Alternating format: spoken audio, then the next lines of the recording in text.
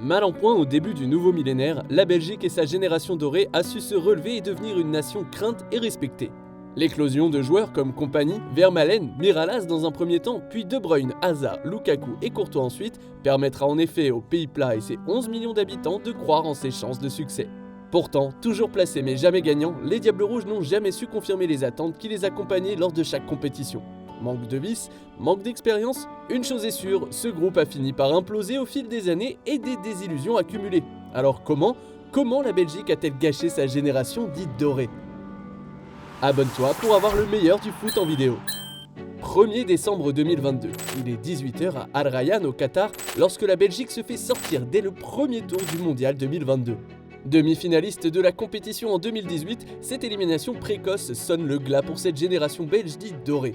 Dorée, pas pour Thibaut Courtois. Oui, doré, c'est un peu difficile à dire si tu gagnes rien. On n'est pas une génération dorée, on est une génération avec beaucoup de talent, avec des grands joueurs partout dans l'Europe. Si le gardien du Real Madrid s'est montré lucide face aux journalistes, son coéquipier Eden Hazard aura lui passé son temps à noyer le poisson face à la crise qui couvait dans le groupe. D'ailleurs, ce mondial, Kevin De Bruyne ne le sentait pas. Le Flamand affirmera que les Diables Rouges étaient trop vieux pour le gagner. La débâcle face au Maroc lui donnera partiellement raison, mais sa déclaration aura eu pour conséquence d'alimenter les tensions dans le groupe. Jan Vertonghen répliquera dans la foulée que si les Belges attaquent mal, c'est parce qu'ils sont trop vieux devant. Bref, bonjour l'ambiance. Tout le monde se tire dessus, mais personne n'assume la responsabilité de ce nouvel échec, celui de trop. Et pourtant, les Diables Rouges avaient les armes pour aller chercher un titre majeur. Quart de finaliste du mondial brésilien, les Belges se présentent à l'Euro 2016 avec le costume de prétendant à la victoire finale, chose qui n'était jamais arrivée dans leur histoire à la veille d'une compétition internationale. Battue d'entrée par l'Italie, la Belgique se rassure ensuite avec 3 succès convaincants contre l'Irlande, la Suède et la Hongrie avant leur prochain quart de finale. La bande d'Hazard pratique un football léché et porté vers l'avant. Les buts sont nombreux et la confiance au plus haut. Mais les Belges se voient beaux, trop beaux, puisqu'ils se feront stopper dans leur élan par de surprenants Gallois. De retour au pays, cette élimination fait couler beaucoup d'encre. Comment les hommes du sélectionneur de l'époque, Marc Wilmots, ont-ils pu perdre contre des Gallois disputant le premier Euro de leur histoire? Si le technicien paiera les pots cassés de cette déroute, les quotidiens belges ne s'y trompent pas. Tous reconnaissent les formidables individualités présentes en sélection, tous dénotent aussi l'absence d'un collectif, d'un groupe soudé et uni. Déjà. Mais les promesses sont là et un nouveau sélectionneur, Roberto Martinez, débarque pour les concrétiser. L'Espagnol compte bien emmener cette équipe sur le toit du monde. Direction donc la Russie pour disputer le Mondial 2018. Avec 9 victoires et un nul lors des éliminatoires, la Belgique débarque invaincue et en pleine bourre. Le Catalan peut s'appuyer sur un 11 belge redoutable qui arrive à maturité. Le capitaine Hazard et le régulateur Kevin De Bruyne donnent le tempo de cette équipe qui se hisse sans trop de problèmes au tour suivant. S'ils s'arracheront face au Japon en 8e, les Diables confirmeront bel et bien qu'ils font partie des favoris de la compétition en venant à bout des Brésiliens quelques jours plus tard. Beaucoup pensent alors que ces succès sont fondateurs. La victoire dans la douleur face aux Nippons semble souder le groupe et celle face aux Oriverdés confirme qu'ils peuvent aller au bout. La magie opère jusqu'en demi face à l'équipe de France. Contre les Bleus de Didier Deschamps, les potes de Lukaku se heurtent à un mur défensif. Ni Hazard, ni Mertens, ni Carrasco, ni même De Bruyne ne passeront le rideau tricolore. Non, c'est Samuel Umtiti qui viendra délivrer les Français d'une tête salvatrice sur corner et enterrer les rêves de sacre belge. La désillusion est immense, d'autant que les hommes de Martinez, qui restaient jusque-là sur une série de 23 matchs sans défaite, ont eu la possession. Mais force est de constater que les Diables ont manqué de vices et d'expérience face à des Français bien plus rodés aux joutes internationales. Il manquait aussi peut-être une voix dans le vestiaire. Contrairement à un Paul Pogba capable de remobiliser ses troupes dans le dur, les Diables Rouges n'ont peut-être pas eu cette personnalité charismatique. Ce gars qui n'a pas peur de pousser une gueulante. Vincent Kompany coche les cases de ce leader, mais l'électrochoc n'arrivera pas. Si les Belges décrocheront tout de même la 3e place du mondial, le meilleur résultat de leur histoire dans cette compétition, le mal est en réalité plus profond. Qu'on le veuille ou non, ils ne s'en remettront jamais. En atteste la défaite face à l'Italie en quart de finale de l'Euro 2020, ou encore cette déconvenue en demi-finale de Ligue des Nations un an plus tard face à la France. Car après avoir mené de 2 buts, Courtois et les siens subiront une improbable remontée des Bleus. Benzema puis Mbappé et enfin Théo Hernandez élimineront une Belgique dépassée par les événements.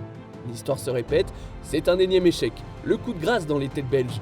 Perdre alors qu'on mène de 2 buts, c'est une chose, mais perdre contre le voisin français une 2e fois au même stade d'une compétition, c'est trop. Après cet échec retentissant, des constats s'imposent. Primo, cette brillante génération prend de l'âge et n'est plus au complet. Les départs de compagnie, Fellaini, Nainggolan et Dembélé ont fragilisé l'entrejeu. Dezio et Eden Hazard, virevoltant en 2018, est apparu cramé face aux hommes de Deschamps, quand De Bruyne, lui, ne possède pas le même rendement qu'en club. Tertio, la méthode Martinez semble toucher ses limites. Depuis son arrivée en 2016, le technicien espagnol a mis en place l'utilisation de la langue anglaise pour que ses joueurs puissent facilement communiquer entre eux. L'Ibérique a donc contourné les tensions linguistiques propres à la Belgique, notamment entre les Wallons et les Flamands. Puis Martinez a mis en place son fameux 3-4-3 pour exploiter la vitesse de ses pistons et de ses attaquants, un système qui fera ses preuves, du moins pendant un temps. Car ce système s'essoufflera de compétition en compétition. La presse belge reprochera notamment à l'Espagnol d'être trop conservateur, de ne pas avoir su assez se réinventer.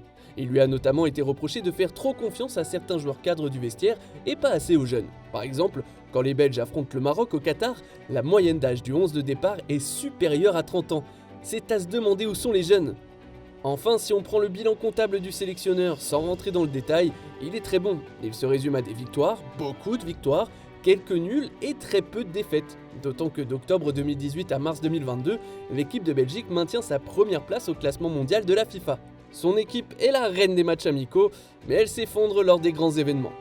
La régularité est donc présente, sauf que le peu de revers qu'a connu l'Espagnol avec le groupe sont pour certains très importants.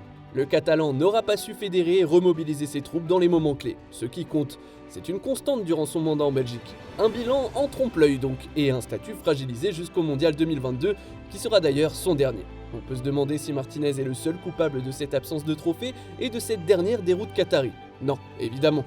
Les joueurs aussi, dans une moindre mesure. L'ambiance du groupe a-t-elle été bonne? De Bruyne et Courtois ne peuvent par exemple pas se saquer. Mais comme dans toute mauvaise période footballistique, c'est le coach qui paye. Martinez parti, il est légitime de s'interroger sur le futur des Diables Rouges. Après une génération si talentueuse, les Belges seront-ils capables de sortir à nouveau des joueurs de cette qualité? Un nouveau groupe devra assumer le lourd héritage de cette génération dite dorée, mais qui n'aura finalement rien gagné. Les nouveaux auront-ils le talent de leurs aînés? La réponse appartient aux Doku, Openda, Théâtre, Faes, De Ketelaere, Selmakers ou encore Onana. Le football est une histoire de cycle. Peut-être qu'un jour, ces jeunes seront capables de ramener un grand trophée à la maison. Et toi, tu penses que la Belgique sera encore compétitive après cette génération? Dis-nous ce que tu en penses en commentaire. Si tu as kiffé, n'hésite pas à parler de notre chaîne autour de toi, d'aimer, de partager.